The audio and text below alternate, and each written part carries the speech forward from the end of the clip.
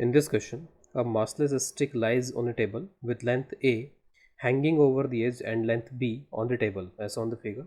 A ball of mass M lies on this stick at its right end. Another ball of same mass is dropped above the left end and hits it with a speed v0. Assuming that all interactions in the setup are elastic, what are the velocities of the two balls just after the collision? तो इसमें ये ball पहले से यहाँ पे रखी हुई है और ये बॉल जस्ट बिफोर कोलिजन इसकी जो वेलोसिटी है वो v0 है यहाँ पे। तो जस्ट आफ्टर कोलिजन में इनकी वेलोसिटीज़ अज्यूम कर लेता हूँ। तो जस्ट आफ्टर कोलिजन इनकी वेलोसिटीज़, तो ये टेबल और यहाँ पे ये स्टिक, तो सपोज़ इसकी वेलोसिटी अपवर्ड्स हो जाती है just after the collision v2 और इसकी वेलोसिटी, तो इसकी वेलोसिटी अपवर्ड भी हो सकती है और डाउनवर्ड भी हो सकती है, कैसी भी हो सकती है यहाँ पे। तो मैं इसको डाउनवर्ड एज्यूम कर लेता हूँ, तो जो हमारा आंसर आएगा वो डाउनवर्ड के हिसाब से आ जाएगा। दोनों के मासेस यहाँ पर इक्वल दिए हुए हैं, कोलिजन्स जो भी हैं वो इलास्टिक कोलिजन्स यहाँ पर हो रहे हैं इसमें। अब इन v1 v2 को कैलकुलेट करने के लिए क्या क्या कंसेप्ट इसमें यूज़ किए जा सकते हैं, बार उन पर सोचना पड़ेगा। तो क्या यहाँ पर हम कंजर्वेशन ऑफ लीनियर मोमेंटम इसका यूज़ कर पाएंगे for this system of two ball और स्टिक का जो सिस्टम है, क्या इस पर conservation of linear momentum use किया जा सकता है? तो इसका आंसर है नहीं, क्योंकि जब इम्पैक्ट यहाँ पे हो रहा होगा तो ये जो कॉर्नर पॉइंट है, इस कॉर्नर पॉइंट से एक इम्पल्सिव फोर्स रिएक्शन यहाँ से लगेगा स्टिक के ऊपर, और ये जो कॉर्नर पॉइंट से इस पर जो भी यहाँ पे नॉर्मल या रिएक्शन जो भी लग रहा है यहाँ पे, वो इम्पल्सिव नेचर का होगा और एक्सटर्नल होगा। तो एक्सटर्नल होगा, इस वजह से there is some external impulse जो कि कॉर्नर पॉइंट से आएगा। तो conservation of linear momentum we can not apply due to external reaction, impulsive reaction, external impulsive reaction from corner point, जो टेबल का कॉर्नर है वहाँ से। तो इसका मतलब ये ऑप्शन तो हमारे पास में ख़त्म हो जाता है। तो एक ऑप्शन है कि इलास्टिक कोलिजन है तो we can apply conservation of energy, लेकिन वहाँ से एक ही इक्वेशन आएगी। दूसरी इक्वेशन लाने के लिए, अब क्योंकि जो भी इम्पल्सिव रिएक्शंस हैं वो इस कॉर्नर से ही पास होंगे इस पूरे सिस्टम पे, तो इसका मतलब है कि इस पॉइंट के अबाउट जो भी टॉर्क लगेंगे, इम्पल्सिव टॉर्क्स होंगे, वो टॉर्क नहीं होंगे, वो टॉर्क जीरो हो जाएंगे अबाउट दिस पॉइंट। तो इसका मतलब है we can apply conservation of angular momentum about this corner. तो we can apply conservation of angular momentum about corner, तो ये अप्लाई किया सकते हैं यहाँ पे। तो इसको अप्लाई कर लेते हैं। तो इसको अप्लाई करते हैं, ये इनिशियल डायग्राम और ये हो गया फाइनल डायग्राम। तो इसके बाद मुझे कंजर्वेशन ऑफ एंगुलर मोमेंटम लिखना है, इनिशियल एंड फाइनल। तो L final is equal to L initial, angular momentum final is equal to angular momentum initial. तो मैं यहाँ पर पहले इनिशियल लिख देता हूँ। तो इनिशियल जब मैं यहाँ पे लिखूँगा तो जस्ट यहाँ पे स्टिक का तो कोई मास है नहीं, यहाँ पे जस्ट पॉइंट मासेज हैं। तो पॉइंट मासेज के लिए लिखना है तो simply M R cross V, perpendicular distance यहाँ पर ए हो जाएगा। और इसमें जो यहाँ पर इसका सेंस होगा वो सेंस कैसा आएगा, तो ये आर वेक्टर हो गया, वी वेक्टर नीचे हो गया, तो आर क्रॉस वी करेंगे तो it will be anti clockwise. तो एंटी क्लॉकवाइज यहाँ पर एंगुलर मोमेंटम होगा इनिशियली। तो M V naught into A, this is anti clockwise, और मैं एंटी क्लॉकवाइज को पॉजिटिव भी लेकर के चल रहा हूँ। अगर कोई क्लॉकवाइज निकलेगा तो उसको फिर नेगेटिव ले लेंगे। फिर उसका लास्ट में फाइनल जो है उसमें v1 यहाँ पर नीचे की तरफ लिया हुआ है, तो इसका अगेन एंटी क्लॉकवाइज ही आ जाएगा। तो एम v1 इंटू ए, फिर उसके बाद में v2, तो यहाँ से आर वेक्टर से ऐसे जाएंगे तो अगेन एंटी क्लॉकवाइज, तो ये हो जाएगा। और ये जो डिस्टेंस है वो b के बराबर है, तो एम v2 इंटू बी, ये सभी एंटी क्लॉकवाइज हैं। तो कोई साइन में प्लस माइनस ज़्यादा करने की जरूरत नहीं पड़ रही है, सभी पॉजिटिव हो जाएंगे। फिर इसमें आप m को कॉमन ले लो, m कैंसिल हो जाएगा और इक्वेशन थोड़ी सिंपल फॉर्म में आ जाएगी। v1a plus v2b this is equal to v0a, this is our first equation. तो पहली इक्वेशन तो यहाँ पर ये बन गई। सेकंड इक्वेशन मैं एनर्जी कंजर्वेशन की बना रहा हूँ यहाँ पर, फ्रॉम कंजर्वेशन ऑफ एनर्जी, क्योंकि इलास्टिक कोलिजन गिवन है। तो कंजर्वेशन ऑफ एनर्जी, तो कंजर्वेशन ऑफ एनर्जी से जो फाइनल काइनेटिक एनर्जी यहाँ पे वो हो जाएगी half M v1 square plus half M v2 square, और जो इनिशियल काइनेटिक एनर्जी है वो यहाँ पर हो जाएगी हाफ एम v0 स्क्वायर। इसमें भी m/2 का जो टर्म है वो कैंसिल किया जा सकता है, तो m/2 का टर्म इसको मैं कैंसिल कर देता हूँ। तो सिंपलेस्ट थोड़ी फॉर्म में आ जाएगी equation v1 square plus v2 square is equal to v0 square. अब इसके बाद में इन दोनों इक्वेशंस को आगे सॉल्व करना होगा। तो सॉल्व करने के लिए मैं ऐसा करता हूँ कि v2 की जो वैल्यू है वो यहाँ से इस इक्वेशन सब्स्टिट्यूट कर देता हूँ। तो v2 की वैल्यू सब्स्टिट्यूट करेंगे तो ये वैल्यू हो जाएगी v0, इसको उधर ले जाते हैं, v0 माइनस v1, ये एक कॉमन हो जाएगा और b यहाँ पे नीचे आ जाएगा। तो v2 की ये वैल्यू होगी जिसको मैं यहाँ पे इस इक्वेशन में सब्स्टिट्यूट कर रहा हूँ। तो this will be v1 square, v2 square हो जाएगा यहाँ पे v0 minus v1, this is whole square, a square by b square v0 square. इसके बाद में मैं फर्दर थोड़ा सा और आगे मॉडिफिकेशंस कर रहा हूँ इक्वेशंस में। मैं v1 को इधर ले आता हूँ, तो v0 माइनस v1 ये स्क्वायर हो गया, ये v1 को उधर ले आए, और v0 minus v1 whole square a square by b square. तो ऐसा मैंने इसलिए किया है क्योंकि मुझको v0 माइनस v1 का फैक्टर यहाँ पे दिख रहा है इसमें। तो ये हो जाएगा v0 plus v1 minus v0 minus v1, और ये हो जाएगा v0 माइनस v1 का होल स्क्वायर। तो v0 प्लस v1 यहाँ बचा रहेगा और एक v0 माइनस v1 यहाँ बचा रहेगा, a square by b square. तो अब इक्वेशन बहुत ही सिंपल है, यहाँ से आप v1 पता कर सकते हो। तो जो v1 की वैल्यू यहाँ से आएगी that will be equal to v0 a square minus b square divide by a square plus b square, this is the value of v1। और उसके बाद उसको यहाँ रख करके v2 ऑब्टेन किया सकता है। v2 की वैल्यू हो जाएगी 2ab divided by a square plus b square multiplied with v0। ये जो आंसर्स हमने यहाँ पर ऑप्टेन किए, इन आंसर्स को आप एक्सट्रीम कंडीशंस के लिए थोड़ा चेक भी कर सकते हैं कि एक्सट्रीम जो कंडीशंस हैं उन पे ये जो आंसर्स हैं वो कैसे हो रहे हैं। जैसे एक्सट्रीम कंडीशन एक हो जाएगी कि a सपोज 0 है, तो उसका मतलब है कि अगर a 0 है तो पूरी की पूरी जो यहाँ पे ये रॉड या स्टिक है वो कम्प्लीटली स्टेबल पर रखी हुई है। तो अगर ये रॉड या स्टिक अगर कम्प्लीटली स्टेबल पर अगर रखी हो, उसका कोई भी हिस्सा ओवर हैंग नहीं कर रहा हो यहाँ पे, तो उस केस में अगर यहाँ पे आके बॉल टकराती, अब आप देख लीजिए a 0 रखने पे v2 यहाँ पे क्या आ जाएगा 0, तो v2 यहाँ पे 0 आ गया। और उसके बाद में जो v1 है, v1 कितना हो जाता है यहाँ पे, अगर a को 0 रखेंगे तो ये 0 और यहाँ पे -1 का फैक्टर आता है और v1 हो जाता है माइनस v0। इसका मतलब सीधा सीधा ये है कि बॉल आती और ये बॉल कोलाइड करके रिवर्स हो जाती विद द सेम स्पीड, उसी स्पीड के साथ में यहाँ पर रिवर्स हो जाती, यहाँ पे कुछ भी नहीं हो पाता। और ये चीज़ थोड़ी हम फील भी कर सकते हैं कि ऐसा होना भी चाहिए था। अगर कम्प्लीटली रॉड यहाँ पर रखी रहती तो किसी भी तरीके का ऐसा कोई इम्पल्स नहीं आ पाता यहाँ पे। यहाँ तो कॉर्नर से इम्पल्स आ गया था, तो वो कॉर्नर का इम्पल्स जो है वो प्रोपागेट कर गया और उसने इस एंड को लिफ्ट करने की कोशिश करी। और वो जो एंड जब यहाँ पर लिफ्ट होने की कोशिश करता है तो वो कोलाइड करता है इस बॉल के साथ में और कोलाइड करके इसको वेलोसिटी प्रोवाइड करता है। लेकिन यहाँ पे ऐसे लिफ्टिंग की कंडीशन नहीं आ पाएगी और ये इस तरीके से लिफ्ट करके इसको वेलोसिटी प्रोवाइड नहीं कर पा रहा है। तो ऐसा दिख रहा है यहाँ पर इससे। अगर आप b टेंडिंग टू 0 केस ले लो, b टेंडिंग टू 0 का मतलब यहाँ पर ये हुआ कि कम्प्लीटली यहाँ पर जो रॉड है वो बाहर ही, ऑलमोस्ट बाहर, बस छोटा सा यहाँ पर जो एंड है वो यहाँ पर है। कुछ इस तरीके का एक हाइपोथेटिकल केस हम ले रहे हैं इसमें। तो b टेंडिंग टू 0 अगर होगा यहाँ पे तो उसमें आंसर किस तरीके का आ रहा है, तो b टेंडिंग टू 0, तो v2 तो अभी भी 0 आ गया यहाँ पे, और b 0 अगर मैं यहाँ पे रखूँ तो v1 जो है वो v0 के बराबर ही आ गया और साइन भी वही रह गया।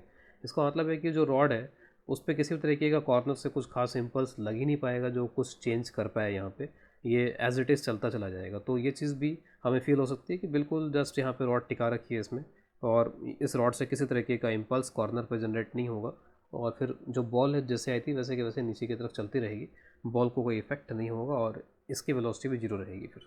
In this question, on a frictionless floor, a uniform stick with mass m, length L moves with a speed v0 without rotating in the direction perpendicular to a wall. It makes an angle theta with the wall as on the figure. If the stick collide elastically with the wall, what should theta be so that speed of center of mass after the collision is 0? तो इसमें जो rod है वो एक horizontal frictionless floor पे यहाँ पे move कर रही है और कोलिजन इस वॉल के साथ में होता है। इसका टॉप व्यू यहाँ पे इसमें दिखाया हुआ है। तो इस वॉल से जब कोलिजन होगा तो ये जो एंड है वो एंड इम्पैक्ट करेगा इसके साथ में और इस एंड पे नेचुरली फिर यहाँ पर एक इम्पल्सिव रिएक्शन, नॉर्मल रिएक्शन वगैरह इसके ऊपर लगेगा यहाँ पर।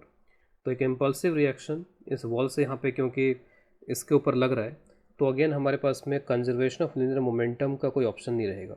We cannot apply conservation of linear momentum, we cannot apply this. तो मैं यहाँ पे जस्ट ये डायग्राम यहाँ पे कुछ और ड्रॉ कर देता हूँ। तो डायग्राम्स, ये जस्ट बिफोर कोलिजन का डायग्राम, इसमें ये v0 से टकरा रहा है, यहाँ पर इसमें कोलिजन हो रहा है और जस्ट आफ्टर कोलिजन तो इसमें ये बोला गया है कि जो सेंटर ऑफ मास है उसके वेलोसिटी को हमें जीरो लेकर के चलना है। जीरो वेलोसिटी होने के लिए एंगल थीटा कैलकुलेट करना है इसमें। This angle theta is to be calculated. तो इसमें बस यहाँ पर ये सेंटर ऑफ मास की वेलोसिटी ना लेकर के सिर्फ मैं रॉड की एंगुलर वेलोसिटी यहाँ पे एज ए वेरिएबल इसमें कंसिडर करूँगा। और किधर आनी चाहिए यहाँ पर एंगुलर वेलोसिटी, तो साफ साफ दिख रहा है कि यहाँ पे जो रॉड है वो कुछ एंटी क्लॉकवाइज रोटेट करना चाहेगी। तो suppose it rotates with angular velocity omega just after the collision, तो it is just before situation और ये जस्ट आफ्टर सिचुएशन यहाँ पर इसमें है ये। अब सॉल्व करने के लिए कंजर्वेशन ऑफ लीनियर मोमेंटम तो अप्लाई नहीं कर सकते क्योंकि यहाँ से एक इम्पल्स ज़रूर आया होगा। तो सॉल्व करने के लिए एक तो ये जो पॉइंट है इस इम्पैक्ट पॉइंट के about conservation of angular momentum apply किया जा सकता है, और क्योंकि इलास्टिक कोलिजन है तो यहाँ पर we can apply also conservation of energy. तो conservation of angular momentum about point of impact.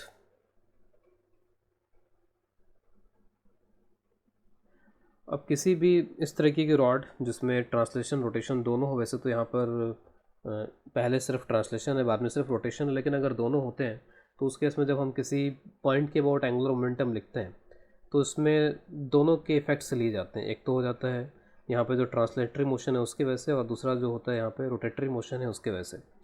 Translation में के टर्म को लिखने के लिए हम कुछ ऐसा अज्यूम कर लेते हैं या कुछ इस तरीके का ये टर्म निकल करके आता है कि आप बोल सकते हो कि एक पॉइंट मास की तरह है ये बॉडी, और उस पॉइंट मास का सारा मास जो है सेंटर ऑफ मास पर है और वो सेंटर ऑफ मास की वेलोसिटी से मूव कर रहा है।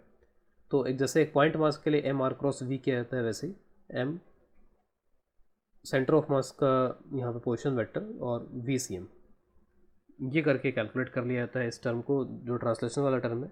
और जो रोटेशन या स्पिन वाला टर्म है, रोटेशन या फिर स्पिन कह सकते हैं इसको, spin about centre of mass, तो ये जो स्पिन वाला टर्म है ये कैलकुलेट किया जाता है आई सेम इंटू ओमेगा से।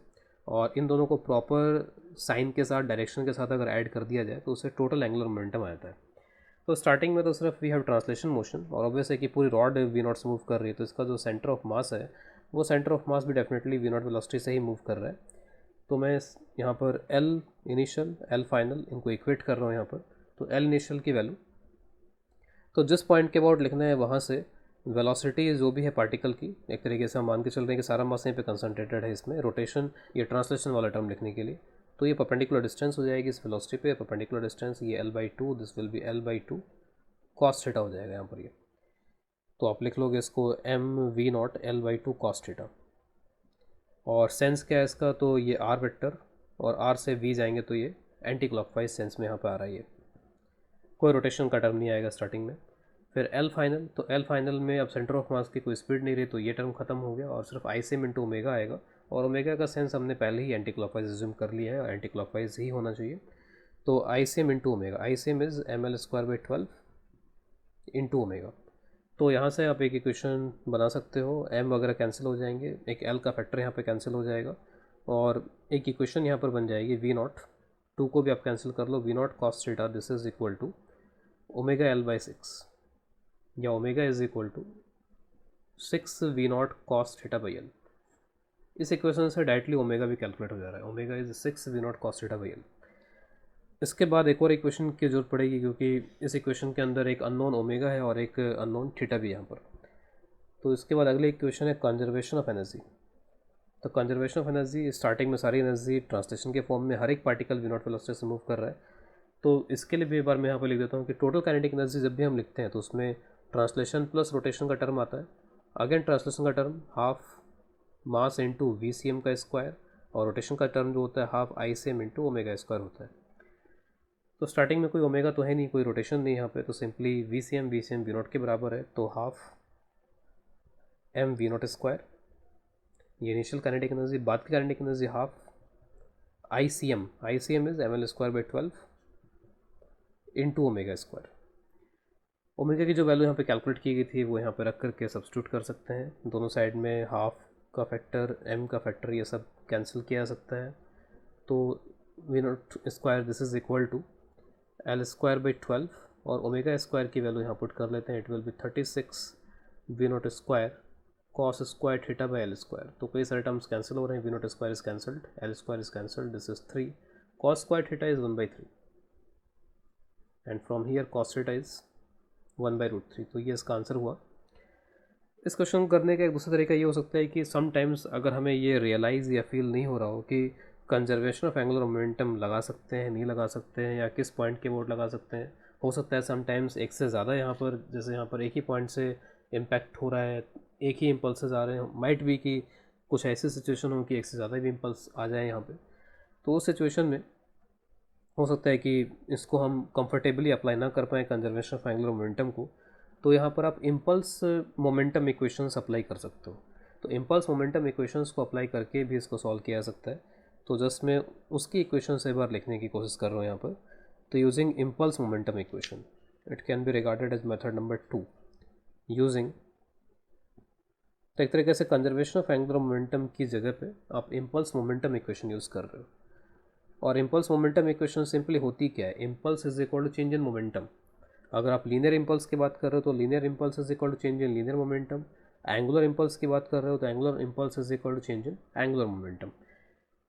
और कोलिजन में वही फोर्सेस इंपॉर्टेंट होते हैं जो कि इम्पल्सिव नेचर के होते हैं। तो डेट अगर इम्पल्सिव फोर्स होगा तो उसका जो टॉर्क होगा वो भी, अगर टॉर्क अगर आ भी रहा है तो वो टॉर्क इम्पल्सिव नेचर का हो जाएगा। तो impulsive forces can produce impulsive torques. तो लेट्स बिगिन। तो we are using impulse momentum equation. तो पहले मैं लीनियर इम्पल्स मोमेंटम इक्वेशन यहाँ पे यूज़ कर रहा हूँ, क्योंकि हमारे पास, अब ध्यान रखो, एक वेरिएबल बढ़ गया, जे को भी हमें इक्वेशंस के अंदर लेकर के आना है, और जे अगर इक्वेशन में आएगा तो फिर हमें एक इक्वेशन और बढ़ानी पड़ेगी। तो एक इक्वेशन यहाँ पर लीनियर इम्पल्स मोमेंटम इक्वेशन से आएगी और दूसरी equation angular impulse momentum equation से मैं जनरेट करूँगा। तो इस पर ड्यूरिंग द कोलिजन यहाँ पर ये इम्पल्स लग रहा है जे यहाँ पे, तो जे इज़ लीनियर इम्पल्स और impulse is equal to change in momentum. अब मैंने क्योंकि जे को पॉजिटिव लिखा है, इसका मतलब कि मैंने टुवर्ड्स लेफ्ट डायरेक्शन को पॉजिटिव मान लिया है। It is P final minus P initial. और किसी भी इस तरीके के सिस्टम का मोमेंटम जब भी लिखते हैं, एक पार्टिकल का होता है तो simply mass into velocity of that particle हो जाता है। लेकिन जब आप किसी इस तरीके की बॉडी का जब लिखना स्टार्ट करते हो, तो बॉडी का लिखने के लिए आपको वेलोसिटी डिफरेंट पॉइंट्स की डिफरेंट हो सकती है, तो आपको सेंटर ऑफ मास की वेलोसिटी लेनी होती है। ये सेंटर ऑफ मास के चैप्टर में डराइव भी की जाती है। तो मोमेंटम, किसी भी सिस्टम का मोमेंटम लिखना होता है तो मास इनटू वेलोसिटी और centre of mass of that system लिखना होता है। तो पी फाइनल डेफिनेटली जीरो है क्योंकि सेंटर ऑफ मास की वेलोसिटी नहीं है यहाँ पे। पी इनिशियल, तो पी इनिशियल ऑब्वियसली कि टुवर्ड्स राइट है, और राइट हमारे लिए यहाँ पर नेगेटिव हो गया क्योंकि हम टुवर्ड्स लेफ्ट को पॉजिटिव लिख रहे हैं। तो it will be minus negative M V nought. तो एक इक्वेशन आ गया, J is equal to M V nought, this is our equation number 1 here. फिर उसके बाद में मैं लिख रहा हूँ angular impulse momentum equation, angular impulse momentum equation. और जो एंगुलर इम्पल्सेस लिए जाते हैं, जैसे टॉर्क लेने के लिए हमें पॉइंट डिसाइड करना होता है कि हम टॉर्क किस पॉइंट के अबाउट लेना चाहते हैं, इस तरीके से। और टॉर्क लिया किसका जाता है, फोर्स का, तो फोर्स होता है फोर्स, फिर हम डिसाइड करते हैं कि कौन सा पॉइंट चाहिए, किस पॉइंट के अबाउट टॉर्क निकालना है, फिर आर क्रॉस एफ वगैरह करते हैं। उसी तरीके से अगर हमें लीनियर इम्पल्स पता हो तो लीनियर इम्पल्स से एंगुलर इम्पल्स निकालने के लिए, जैसे टॉर्क में आर क्रॉस एफ करते हैं, वैसे यहाँ पे कुछ आर क्रॉस जे करके या जे को आर परपेंडिकुलर से मल्टीप्लाई करके एंगुलर इम्पल्स निकाला जा सकता है।